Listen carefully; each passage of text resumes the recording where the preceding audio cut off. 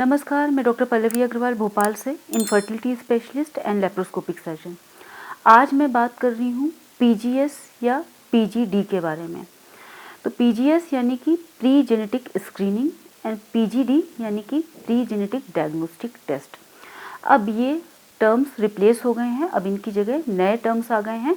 PGS को आज की डेट में हम बोलते हैं पीजीटी-ए और पीजीडी को हम बोलते हैं पीजीटी-एम। अब होता क्या है ये? तो जो एम्ब्रियो हमने बनाया है, आप अगर टेस्ट ट्यूब बेबी की प्रक्रिया आपकी हो चुकी है तो आपको इन चीज़ों के बारे में पता है कि एम्ब्रियो क्या होता है।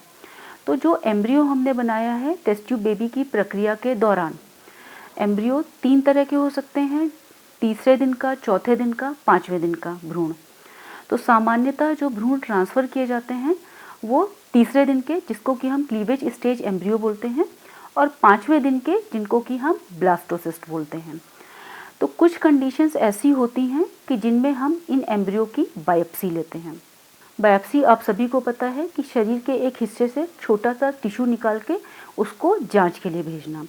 तो यहाँ पर एम्ब्रियो से एक बहुत छोटा सा टुकड़ा, एक सेल निकाल के उसको जांच के लिए भेजा जा रहा है। ये जो बायोप्सी होती है ये सामान्यतः 5वें दिन के एम्ब्रियो यानी कि ब्लास्टोसिस्ट में करते हैं, और इसके लिए हमें लेज़र मशीन की आवश्यकता होती है। कि कैसे जाती है? 5वें दिन के एम्ब्रियो निकाले जाते हैं, उन सारे एम्ब्रियो में लेज़र मशीन के थ्रू ड्रिल करके इनर सेल मास का एक ट्रोफोएक्टोडर्म की सेल, जो आउटर सेल की लेयर है, उसमें से एक सेल लेके उसको जांच के लिए भेजा जाता है। और अगर आपके 6 एम्ब्रियो हैं तो इन सारे 6 एम्ब्रियो के लिए जांच के लिए भेजा जाएगा। अगर हम पीजीटी-ए यानी कि पीजीएस करा रहे हैं तब हमें इन सारे एम्ब्रियो की पूरी क्रोमोसोमल स्टडीज़ देखी जाएंगी। आप सभी कैरियोटाइप के बारे में अवेयर होंगे कि व्हाट इज़ कैरियोटाइप।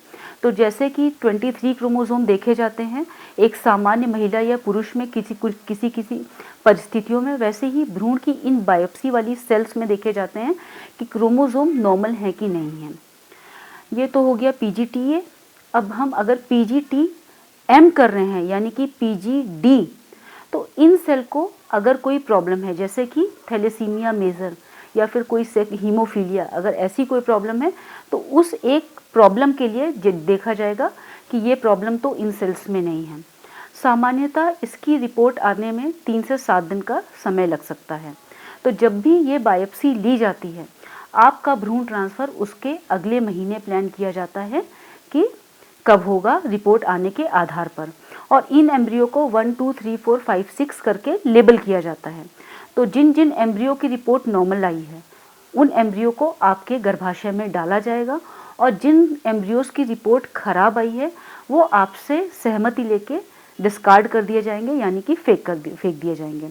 तो जैसे कि अगर हमारे 5 एम्ब्रियो बने तो ऐसा हो सकता है कि 1, 2, 3, 4 एम्ब्रियो की रिपोर्ट ख़राब आ जाए और वो हमें फेंकना पड़े, और 5वां एम्ब्रियो जो आया है वो नॉर्मल आए, उसको हम इम्प्लांट करेंगे। तो अब हम बात करते हैं कि ये हमें कराना क्यों है। कराने के बहुत कम इंडिकेशंस हैं। अगर आपका रिकरेंट इम्प्लांटेशन फेलियर है, यानी कि आपका 3 या 3 से ज़्यादा बार टेस्ट ट्यूब बेबी हो चुका है और तीनों बार में आपकी प्रेगनेंसी नहीं ठहरी है, और बाकी सारे इन्वेस्टिगेशन यानी कि परत की जांच वगैरह हो चुकी है और वो नॉर्मल आई है, तो ये अपने आप में एक इंडिकेशन है कि हम पीजीटी-ए की तरफ जाएं। दूसरा इंडिकेशन होता है कि अगर आपको बार बार एबॉर्शंस हो रहे हैं। बार बार एबॉर्शन भी अपने आप में एक जेनेटिक कारण होता है जिसमें पीजीटी-ए की ज़रूरत पड़ सकती है, और स्पेशली अगर आपकी बाकी सारी एबॉर्शन से संबंधित जांचें नॉर्मल हैं।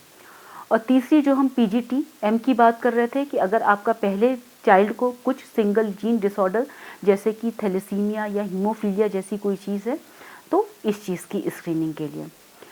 अब बात तो यहाँ तक ख़त्म नहीं होती। बात अब ये होती है कि अगर हम पीजीटी-ए कराएं तो हम करा ही लें, फिर उसका नुकसान क्या है। कई बार सारे एम्ब्रियो की जांचें खराब आईं।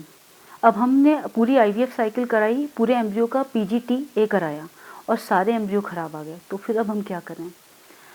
तो इस केस में कुछ रिपोर्ट्स ऐसी मानी जाती हैं कि मोज़ेक एम्ब्रियो हैं, कि मैटरनल कंटामिनेशन हो गया है, माँ के सेल से कुछ सेल मिक्स हुई हैं या कुछ आपस में सेल मिक्स हुई हैं। अगर ये मोज़ेक एम्ब्रियो हैं तो इनको हम ट्रांसफ़र का डिसीज़न अपने डॉक्टर से डिस्कस करके ले सकते हैं। जब भी हम पीजीटी या पीजीएस की बात करते हैं तो हर एम्ब्रियो, एक एक एम्ब्रियो की अलग अलग कॉस्ट ऐड होती है। तो अगर हम 6 एम्ब्रियो करा रहे हैं तो 6 एम्ब्रियो की अलग कॉस्ट होगी, 2 एम्ब्रियो की अलग कॉस्ट होगी। तो यह अपने आप में आपका जो टेस्ट ट्यूब बेबी की प्रक्रिया है उसके खर्च को बढ़ा देता है। हर किसी में इंडिकेटेड नहीं है, लेकिन कुछ केस में ये इंडिकेटेड होता है। जैसा कि मैंने डिस्कस किया कि अगर आपका बार बार आईवीएफ फेलियर है और कोई कारण नहीं मिल रहा या बार बार एबॉर्शन हो रहे हैं। धन्यवाद। ये मेरी सारी जानकारी पीजीएस या फिर पीजीडी से रिलेटेड। आपको इससे संबंधित कुछ भी क्वेश्चन पूछना हो तो मेरे को यूट्यूब माध्यम से जुड़ें।